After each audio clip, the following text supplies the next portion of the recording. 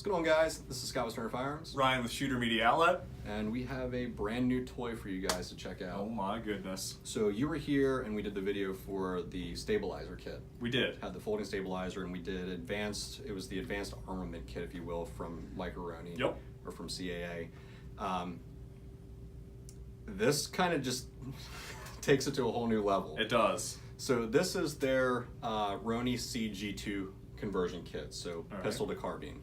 Now we know from ATF standards you can go pistol to carbine, but you can't go carbine to pistol. Correct. Now, one thing that I tried finding research on was, this actually encompasses something very fun. They include a 16-inch Glock barrel. Now, my question has always been, okay, well, we're turning this into a carbine, and we're putting this in here. What happens when I take the barrel out? So that's something to think about. I did all the research off of their website. This is 100% legal. Yeah. But I feel like someday this might Gray area. kind of change. It's not a fixed part of anything. Like, it's not like you're taking a receiver from an AR. Right. This is strictly just a drop-in barrel. Correct. So, it's not like you have to change up your paperwork when you're going through, PSP and you fill out your SP 113 form and you've changed your gun from like a 9 to a 40 or like the other conversion kits. You don't have to claim it to the state and say, oh, by the way, guys, I changed this. This is strictly just a drop-in barrel. So I don't see that there'd be any issues with that. If somebody in the comment section has come across something completely different than what I've researched from the company, let us know. For sure.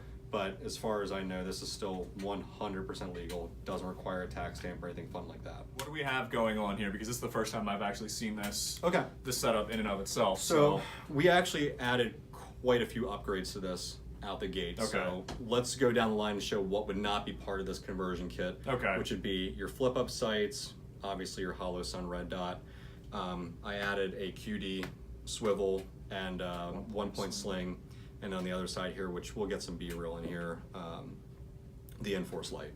Cool. So overall though, it still comes with an extra holder down there for another magazine. And just letting you guys know right now, this is strictly for a Glock 17. Okay, I was curious about that. So be safe and stick with a G3, G4. They still do not have any kits that are going to encompass Gen 5 Glock yet. And that's okay. We don't really sell a lot of Gen 5 Glocks. Right.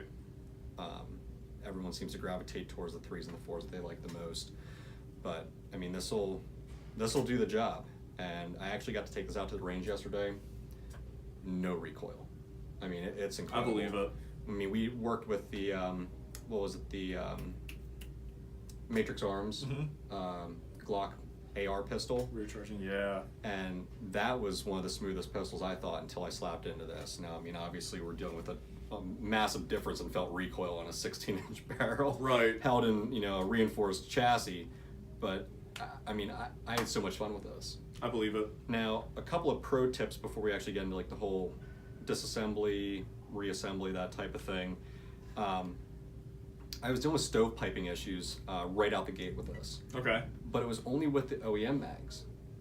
As soon as we put in the ETS 33 round sticks and some of the other ones, every other mag worked. The roller mags, the ETS mags. So I don't know what it was. The main thing that we had here was, I think that I tightened the set screws down way too much onto the chassis. I was worried about this, flailing around and doing whatever. But I think that might have also crimped down on the charging handle, or created friction, and created too much friction, so it was creating the stovepipes. But I know that ETS mags are a little bit slimmer, so that might have helped out with how it was feeding. But other than that, there was zero issues. this is a pretty serious barrel, and it still cants the way a normal Glock barrel would. It kind of waves. I'm over exaggerating that, but this has zero issues, and we shot about maybe 100 rounds through it, and there's absolutely zero wear on this at all. And the one thing that people had really complained about with the stabilizer, and it wasn't necessarily a complaint, they were worried about how dirty it got. Because you have a gap, and then you have your barrel where it's expelling all the gas, carbon, you name it, whereas this eliminates that issue. This is actually now an extension of your pistol, which means you're not dealing with all the blowback and having a dirty chassis by the end of it. Yep. So I really like the kit, and I like the fact that this actually comes out as a collapsible stock. That's cool. And it comes with the cheek riser as well, so that's a nice add-on. I'm going to assume down the road, I mean, this is a brand new product they came out with. I'm going to assume they'll eventually come out with the advanced kit where it'll have their sling, their swivels, and their other stuff like the original RONI did. But for all intents and purposes, I mean, this guy's going for $499. That's not bad. That's really competitive. Yeah, that's an awesome price to swap out and do some changes, carbine work with your pistol instead. Well, I mean, I guess we should Yeah. dive into it and see what this all entails. Absolutely. Getting the pistol into the Yep, we can sure do that. the carbine kit. All right, guys. So first part of this install is going to be putting in the barrel, and I'll just take this out to show you guys. This is just a regular Glock barrel. This is ridiculous, and actually, this is made in Austria as well, which is kind of cool. The way this guy works is you simply remove out the original barrel, and then very lightly guide this in because you have a lot of room to clear. Make sure you're not going to scratch or mar anything up, and then it just plops straight in. And this works off the original OEM guide rods, which is nice. So plop that guy in, and you're good to go. Now inside the chassis, we've already taken this out for timing for this video, but this is the same charging handle, if you will, that we saw in the advanced stabilizer kit. Pro tip again, you'll see right here, there's just a little line of light going through that. That's where this needs to sit. And then you can kind of just teeter-totter, wedge it back on, and do what you need to do. But make sure there's just a little gap there, as explained by the instructions that'll come in your box or on their website. So this is a very intricate system. This is not simply just lowering the bottom hatch and dropping the actual Glock into it. There's a bunch of different detents. So the first one's going to be up here on the top. Simply enough, just push. I read some things on some forums where people said this was really hard to get out.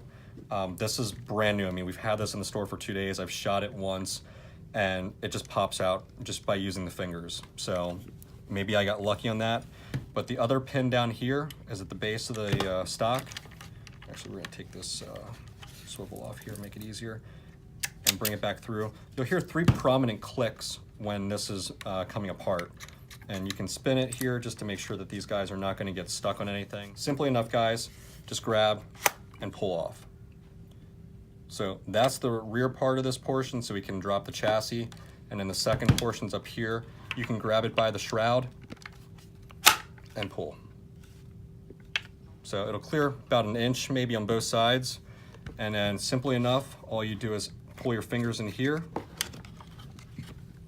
and bring it towards you. So it's a clamshell. You have yourself a tactical taco right here. So easy enough. That's really all you have to do to remove everything. Slide on here a little bit, and we're good to go. All right. So slowly guide this guy in here. And you'll see, if you can pan down here, where the little slit is for the actual handle. And that's where you want to line everything up.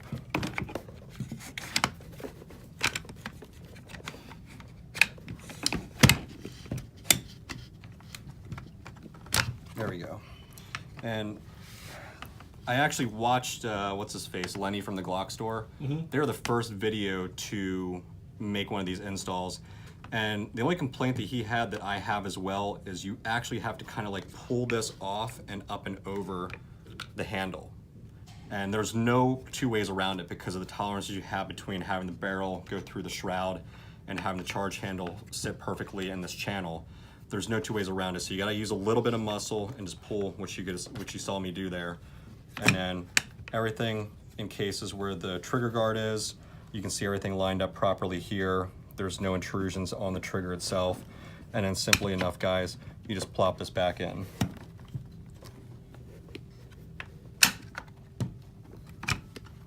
All right, guys, so we had to stop the video real quick because for some reason we were catching on something and this wasn't allowing the shroud to lock back in place. So we actually found out here that these little guys down here that go right around the trigger guard, they sometimes spin and swivel. And this is the what you use for your safety. So that kind of slid off to the side, and that's what we were getting caught on. So just be aware of that to make sure that these guys line up into the proper channel, and it should, close up like that, nice and easy. So we'll work our way again from the back to the front. Slide that guy back on, drop that pin down, slide that guy on, drop this pin down.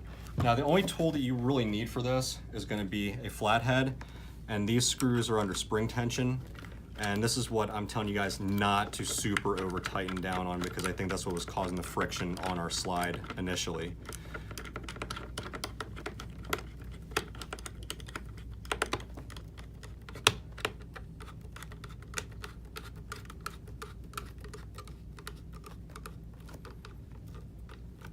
I mean, definitely give it some good turns, but I mean, this system is not going anywhere. I mean, it's interlocked on both sides.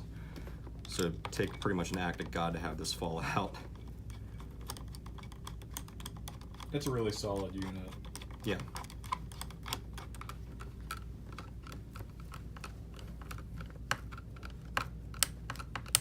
So that's as tight as it's gonna get.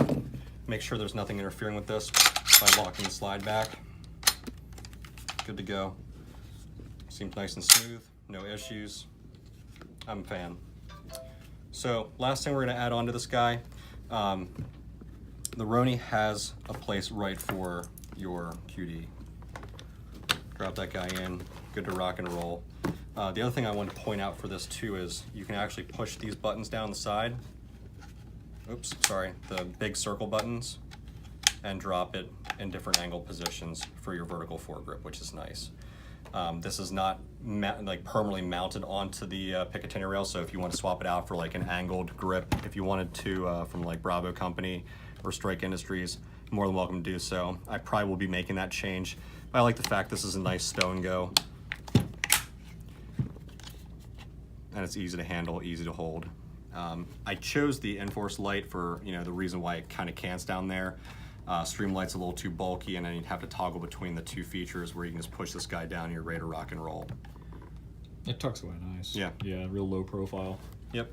And then we'll go over here real quick, and just to show you, this guy does fully collapse. It goes back out for you, and then just change this. You can tighten and loosen, and this comes up as a full-on cheek riser. So the other thing I like too about this extra little mag holder is it has tension on here, so you actually have to lift this lever to remove the magazine, so it's a nice snug fit. With their other stab kit, it was only friction based on how it held, so if you have a heavy enough magazine, people were saying it was dropping out, or maybe there wasn't enough tension there in the first place. So the fact that they kind of adopted that is really nice. So it'll be good to couple it up with a 33 round stick and then throw another one in there and you're ready to rock and roll. All right guys, so there you have it. We did the full install. Had to figure out a couple pro tips to get it done again. I think I just got super lucky when I installed it the first time. Yeah. I'm glad we found that though. Yeah. 1 in a million malfunction for the install. Exactly. So final thoughts on this guy. I like it. Like I said, really solid unit. I like what you did with it. I think it was a really great accessories you added. Yeah, I mean, they're practical. I mean, do you need it? Not necessarily, but I have this kind of geared out for home defense. I figured it definitely looked that way. So I have from Rat's Tourniquets, their sling that has their, that you can put the tourniquet right into, that I'll be putting that on when I take this guy home. Cool. But I like having the light.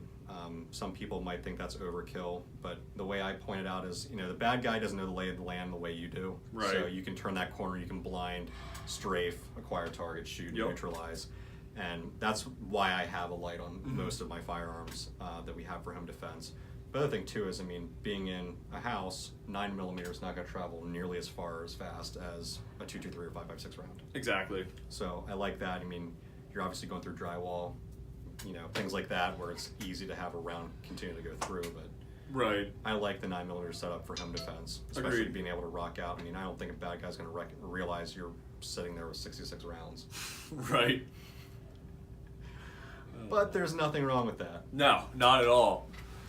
So small armies can come and go, but but yeah, I mean, I think it's a sleek look. It's really sharp, and most people that walk in the store and see this like, holy crap, what is that? They don't realize it's just a Glock. Right, it's one of the first things they want to pick up. It is eye-catching, it really is. Mm-hmm. Nice to have the shroud. I mean, we look at Chris Vector's. Their shroud on theirs is like an extra like $900. Yeah. Cool. It's just comes with it. Yep.